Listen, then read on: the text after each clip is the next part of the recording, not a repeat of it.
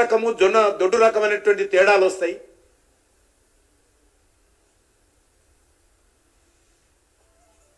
అంతేకాదు యొక్క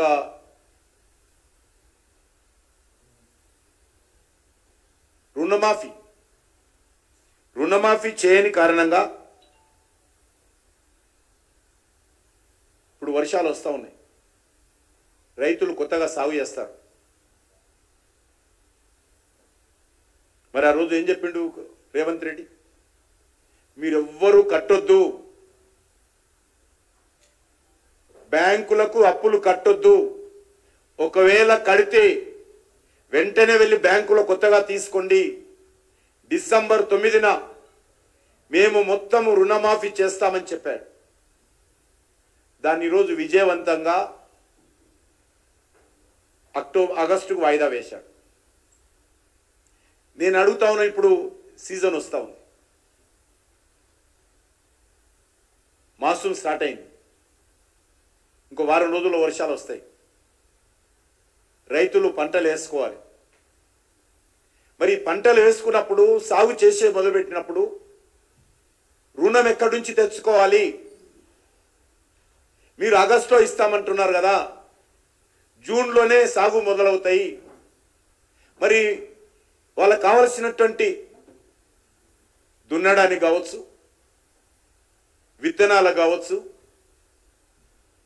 ఫెర్టిలైజర్ కావచ్చు, రైతు కూలీలకు కావచ్చు, కావలసినటువంటి పెట్టుబడి ఎక్కడి నుంచి తెచ్చుకోవాలి రైతు?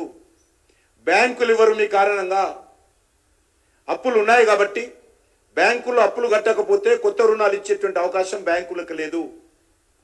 బ్యాంకులు కట్టొద్దని మీరు చెప్పారు, మేము వచ్చినాక కడతామని చెప్పారు. డిసెంబర్ 9కి జూన్కు 8 నెలలు అయిపోయింది. మరి ఇన్ని రోజులు మీరు కట్టలేదు. ఇప్పుడు రైతు బతికేంటి? రైతు ఏ రకంగా ఈరోజు వ్యవసాయం చేయాలి? ఎక్కడి నుంచి అప్పులు తెచ్చుకోవాలి?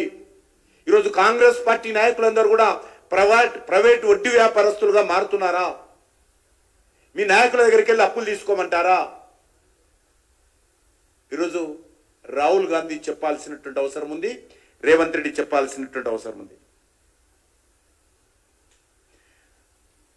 రైతులు ఈరోజు ప్రైవేట్ వ్యక్తుల దగ్గరికి వెళ్ళి మిత్తిలు కట్టి రుణాలు తెచ్చుకొని ఆగస్టు కోసం ఎంత కొర్రి పెడతారో తెలియదు.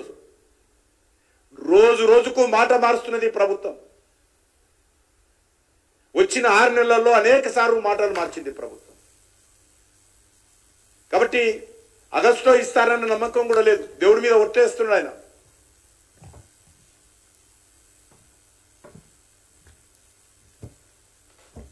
లేకపోతే వర్షాలు ఏమైనా ఆపుతాడు? ఆగస్టు 15 వరకు రేవంత్ రెడ్డి చెప్పాలి. ఆగస్టు 15 వరకు వర్షాలు ఆపుతాము, అప్పటి వరకు మీరు సాగు చేయొద్దు.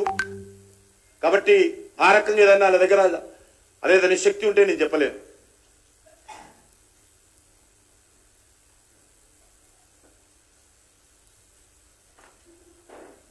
రైతు భరోసా అతిగతి లేదు, రైతుల రుణమాఫీ అతిగతి లేదు, బోనస్ అతిగతి లేదు, కౌలు రైతులకు 15,000 అతిగతి లేదు, రైతు కూలీలకు 1200 అతిగతి లేదు.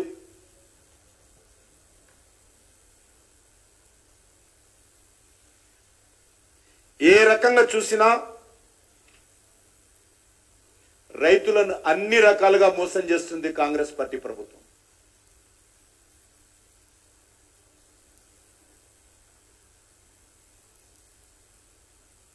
అసెంబ్లీ ఎన్నికలకు ముందు ఏం రాసిరు? నేను మీ తెలంగాణ అమ్మను, 100 రోజుల్లో అన్ని గ్యారెంటీలు పూర్తి చేస్తా అని సోనియమ్మ సంతకంతో ఇంటింటికి ఉత్తరం పంపించారు. 6 గ్యారెంటీలు చేసే సత్తా లేనప్పుడు ఎందుకు ఓటర్లను రైతులను మోసం చేసిందో ఈరోజు కాంగ్రెస్ పార్టీ ఆలోచన చేసుకోవాలి, ప్రజలు కూడా ఆలోచన చేయాల్సిన అవసరం ఉంది.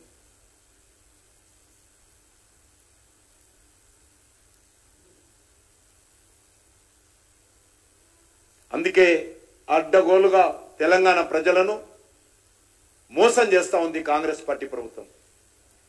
ఇంతకుముందు కూడా చెప్పాను, బీఆర్ఎస్ ప్రభుత్వానికి వ్యతిరేకంగా వచ్చి ఓడిపోవడానికి 10 సంవత్సరాలు పట్టింది. కానీ కాంగ్రెస్ పార్టీ 5 సంవత్సరాలకు రావాల్సినటువంటి వ్యతిరేకత 5 నెలల్లో కూడగట్టుకున్నది. ఇది కొత్త కాదు. మొదటి నుంచి కూడా యావత్ భారతదేశాన్ని మోసం చేస్తున్నటువంటి చరిత్ర కాంగ్రెస్ పార్టీది. ఎలుక తోలు తెచ్చి ఎన్నిసార్లు గడిగినా